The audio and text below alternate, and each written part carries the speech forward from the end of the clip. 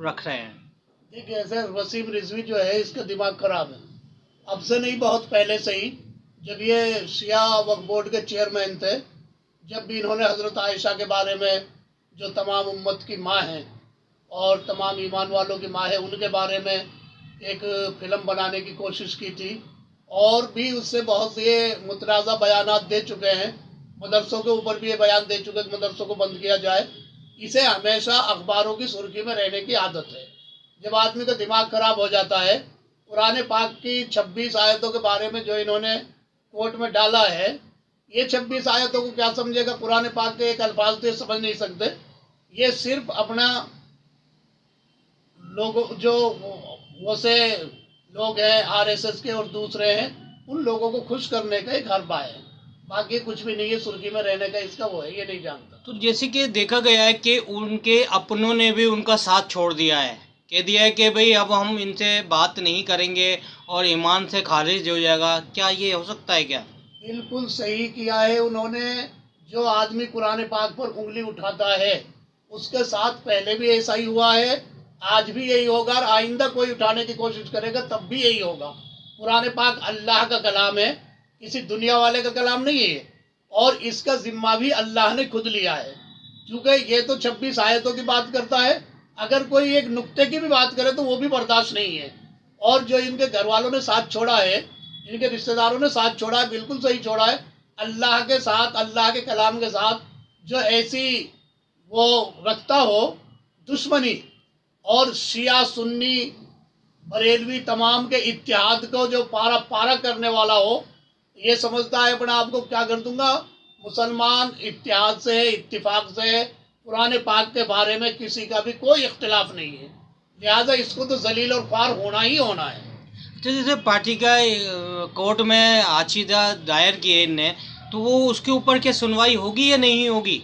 मेरे अंदाज से तो कोई सुनवाई इसकी नहीं होगी, क्योंकि हुकूमत भी जानता है, कोर्ट भी जानता है, ये अल्लाह का कलाम है और ये धार्मिक और मजहबी किताब है, और इसके ऊपर कोर्ट भी जो है ये कोई सुनवाई इसकी नहीं करेगा, क्योंकि ये धार्मिक मसला है और मुस्लिम ला का मसला है। इसी कोई वो इंशाअल्लाह उम्मीद है कि सुनवाई नहीं हो। साहब, आपने अभी देखा कि पूरे हिंदुस्तान में हड़कंप मचा हुआ है। वसीम रिजवी जो कि पूर्व वक्फ बोर्ड चेयरमैन भी थे, तो उन्होंने कुरान से 26 आयतों को रिमूव करने को लेकर सुप्रीम कोर्ट में याचिका दायर की है।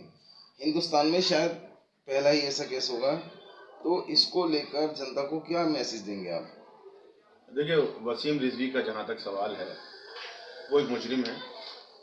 उत्तर प्रदेश में वक्फ बोर्ड का चेयरमैन रहते हुए, शिया वक्फ बोर्ड का चेयरमैन रहते हुए, उस शख्स ने लाखों करोड़ रुपए की ज़मीनों को हड़पा है, और ख़ुद उत्तर प्रदेश सरकार ने पिछले दिनों उसके खिलाफ मुकदमे दर्ज कराए हैं। और जहाँ तक मैं समझता हूँ, आने वाले दिनों में वो शख्स गिरफ्तार भी होगा अपने कर्मों की, अपने जुर्म की वजह से।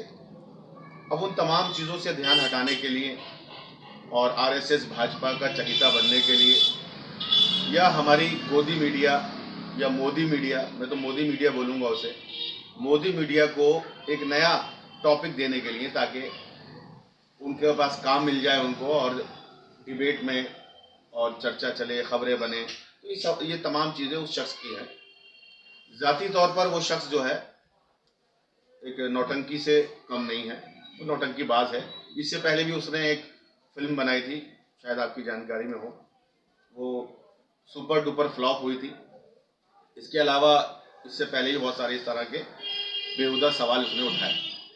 तो मैं समझता हूँ कि उसको तवज्जो देने की ज़रूरत नहीं है।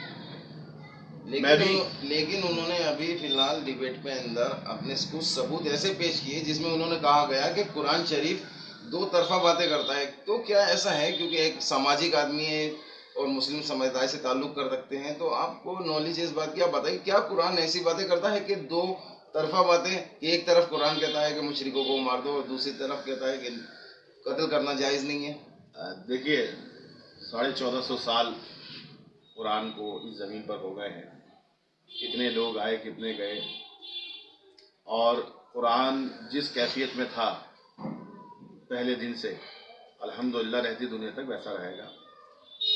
और कुरान की आयतों को, कुरान की तफसीर को तोड़ मरोड़ कर पेश करना या अपने जैसे मतलब निकाल लेना, तो मैं समझता हूँ ये बेवकूफ़ी की एक बहुत बड़ी दलील है। कुरान में एक जगह कहा गया है कि न जाओ नमाज के करीब। अब इतना लफ्ज़ अगर आप उठाएंगे तो यानी कुरान खुद कह रहा है कि नमाज नहीं पढ़नी चाहिए, मगर कुरान आगे क्या कह रहा है कि जबकि तुम नशे की हालत में हो।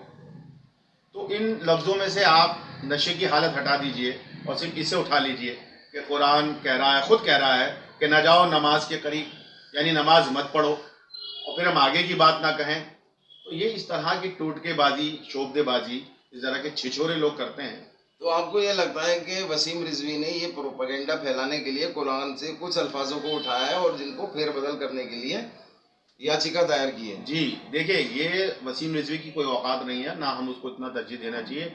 असली जो अब सवाल है वो सुप्रीम कोर्ट पर है। मैं तमाम लोगों का ध्यान इस तरफ ले जाना चाहता हूँ।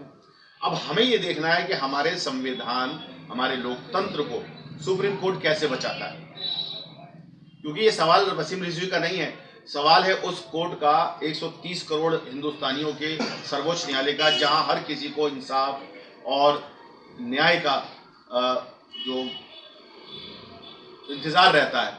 तो आज ये देखना है कि हमारा कोर्ट इस तरह की बेहुदा चीजों पर इन जैसे छिछोरे लोगों के खिलाफ क्या कार्रवाई करता है, तो ये अभी देखना बाकी है। वसीम रिजवी ने 57 ऑर्गेनाइजेशन को ये लेटर भेजा था और इसमें कुरान की आयतों को लेकर भी उसने सवाल किया था कि ये आयतें कुरान में गलत हैं।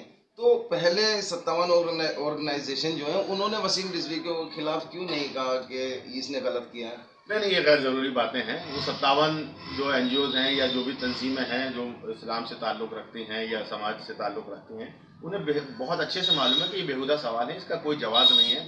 अब तो सवाल सुप्रीम कोर्ट पे है कि वो इसको कितना सीरियस लेता है और इस कमबख्त को सज़ा सुनाता है या नहीं, क्योंकि कोर्ट का वक्त बर्बाद करना, मुल्क में इस तरह का माहौल पैदा करना, लोगों के जज्बात से खेलना, मजहब के नाम पर और कुरान के नाम पर या धर्म के नाम पर, अब तो कोर्ट के ऊपर सवाल है। बाकी जो मेरी जानकारी है, सुप्रीम कोर्ट ने इससे पहले भी पिछले साल एक फैसला दिया था, अगर आप लोगों को याद हो, 3 तलाक के हवाले से। तो उसमें 2 बातें याचिका में डाली गई थी कि 4 शादियां बैन करनी चाहिए और 3 तलाक जो है वो भी बैन करना चाहिए, और इस तरह का एक याचिका आई थी। तो सुप्रीम कोर्ट ने फैसला सुनाते हुए कहा कि 4 शादियों को जो ताल्लुक़ है वो मजहब इस्लाम से है, ये उनकी रिवायतों में है और ये उनका अपना अंदरूनी मामला है, और 3 तलाक को हम समझते हैं कि ये मजहब इस्लाम का अभिन्न हिस्सा नहीं है, लिहाजा इसको हम बैन करते हैं। तो मैं समझता हूं कि सुप्रीम कोर्ट इतनी समझ रखता है कि क्या चीज़ सही है, क्या गलत है। और फिर मैं कहूँगा अब सवाल सुप्रीम कोर्ट पे है कि वो हिंदुस्तान के 22 करोड़ जनता के धार्मिक और मजहबी मामले में किस तरह से अपना फैसला सुनाता है। और ये दिन जो हम आज देख रहे हैं, ये सिर्फ और सिर्फ सियासत की नज़र है, चंद ऐसे लोगों के जो अपने आप को सुरखरू करना चाहते हैं और जिनकी कोई हैसियत औकात नहीं है। तो मैं बस यही आखिर में पैगाम देना चाहूँगा कि वसीम रिजवी जैसे शख्स पर कोई किसी तरह का तवज्जो देने की ज़रूरत नहीं है। अब तो तवज्जो देनी है सुप्रीम कोर्ट के उस फैसले पे, क्या यह याचिका अभी, क्योंकि अभी ये फाइल हुई है, अभी ये टेबल पे नहीं आई है, या अभी एक्सेप्ट नहीं की गई है, फैसला आना तो बहुत दूर की बात है। तो अब ये सवाल है। अभी पिछले दिनों में भी उन्होंने कोरोना काल के अंदर कहा था तबलीगी जमात के ऊपर भी उंगलियां वसीम रिजवी द्वारा उठाई गई थी, और उससे पहले भी उन्होंने बीजेपी की सपोर्ट में कहा था कि श्री राम मेरे सपने में आए। तो इस तरह की बातें ये किस संगठन को कोई सपोर्ट कर रहा है? आपको क्या लगता है कौन सपोर्ट कर रहा है? देखिए, मैं समझता हूँ कि उसको ज़्यादा तूल देने की ज़रूरत नहीं है। कोई छिछोरा नौटंकीबाज व्यक्ति है। आप इसके अगर पिछला इतिहास देखेंगे तो बहुत ख़तरनाक है। वो एक गुंडा था, बदमाश था, और वो बहुत बड़ा शूटर था लखनऊ के एक बहुत बड़े बदमाश का। उसका बहुत इतिहास बहुत गंदा है। तो ऐसे लोगों से इस तरह की बातों को मैं समझता हूँ तवज्जो नहीं देनी चाहिए, और सिर्फ हमारा मरकज़ अब सुप्रीम कोर्ट होना चाहिए कि सुप्रीम कोर्ट कितनी संजीदगी के साथ और कितनी समझदारी के साथ और कितने इंसाफ के साथ इस तरह की छिचोरबाजियों पर अपना फैसला सुनाता है। तो अभी मुस्लिम समुदाय को क्या मैसेज देंगे आप लोग? मैं भी यही मैसेज दूंगा कि इस तरह की जो स्टंटबाजी है इससे हमें बचना चाहिए। इस तरह के लोग आएंगे और बातें कहेंगे, बकवास करेंगे, हमें इस पर ध्यान नहीं देना चाहिए। हमें सिर्फ अपने अल्लाह को राज़ी करना चाहिए।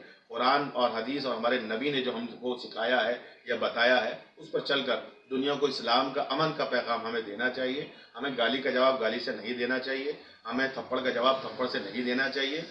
मेरे नबी करीम सल्लल्लाहु अलैहि वसल्लम ने कहा है कि आप अगर किसी को कुछ नहीं दे सकते तो एक मुस्कुराहट दे दीजिए। तो हम उस नबी के मानने वाले हैं और हम उस कुरान के मानने वाले हैं जिसने ये कहा है कि एक इंसान का कत्ल पूरी इंसानियत का कत्ल है। तो मैं समझता हूँ कि हमारे पास बहुत बड़ा ज़ख़ीरा है अल्लाह के करम से। तो हमें इन तमाम चीज़ों में नहीं उलझना चाहिए, सिर्फ तालीम हासिल करें, दीन पर चलें, अल्लाह के हुक्म को मानें, नबी के रास्ते पे चलें। इंशाअल्लाह ज़िंदगी आसान है और ये तमाम बातें आती जाती रहेंगी। हर दौर में ये हुआ है और होता रहेगा, मगर जो ईमान पर डटे रहेंगे वो बाकी रहेंगे।